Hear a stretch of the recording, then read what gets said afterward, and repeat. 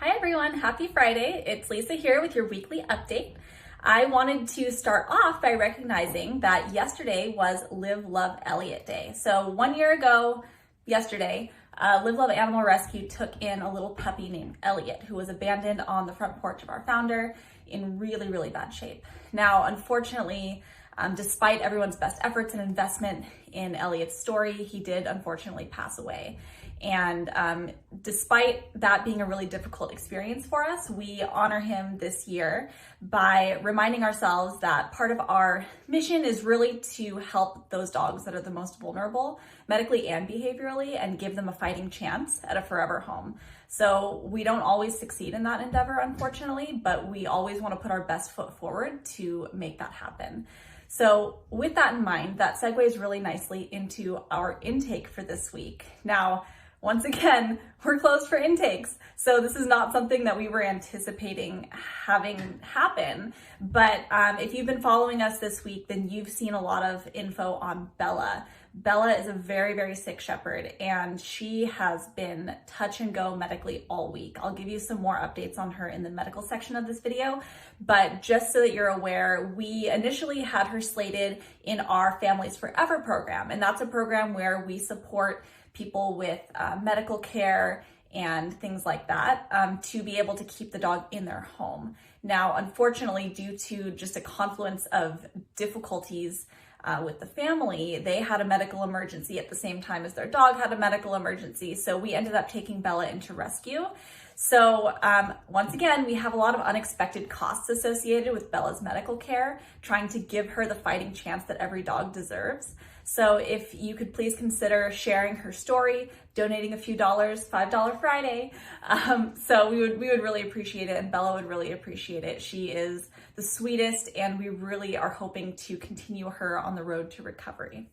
Again, more updates on Bella later. So I'm going to jump into adoptions next. Unfortunately, we haven't had any adoptions this week, but some of the foster to adopt trials from last week, hopefully we'll be able to announce as finalized adoptions next week. As a reminder, we offer a 2-week trial period for all of our adoptions to make sure that everyone is fitting in nicely into the family. So I can tell you about the foster to adopts that happened this week. We had a lot of our puppies continue to go to foster to adopt homes, and we're almost done with all the puppies, but I should have some more to tell you about next week. For this week, our puppies that went on foster to adopt were JJ, Spencer, Tomato, Avocado, Leif, Blueberry, and Dewey. So those puppies span all 3 of our puppy litters that we had: Fruit Bat Betty's litter, Annika's litter, and also the Little Lion litter of puppies that were, that their mom passed away, unfortunately. Our orphan puppies, we love them so much. So we're very excited that these dogs are in their foster to adopt homes. Thank you so much to their families for adopting with Live Love.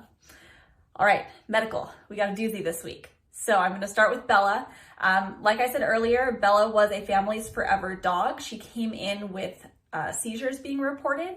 And once we got her into the vet, we also learned that she had a very serious fungal infection.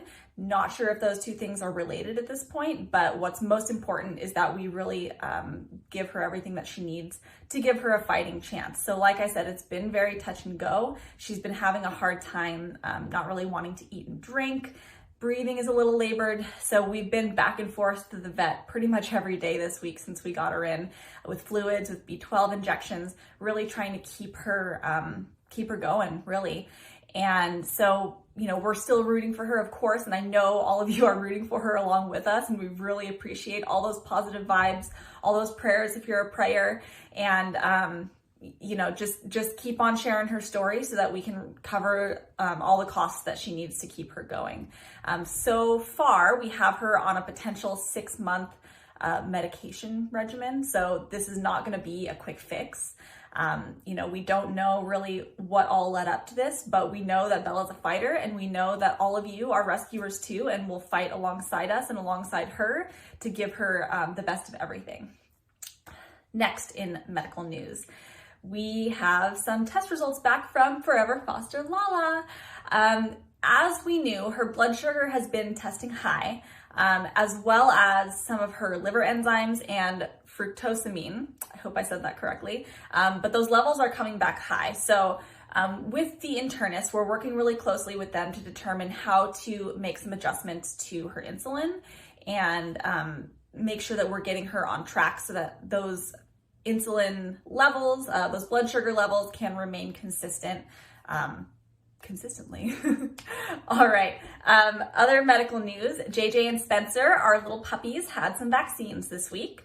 Last week, I told you a little bit about Dahlia and how she went in for some x-rays and all those things. So this week, Dahlia had a urinary ultrasound to really check and see if we have any bladder stones coming along. Luckily, everything is looking okay.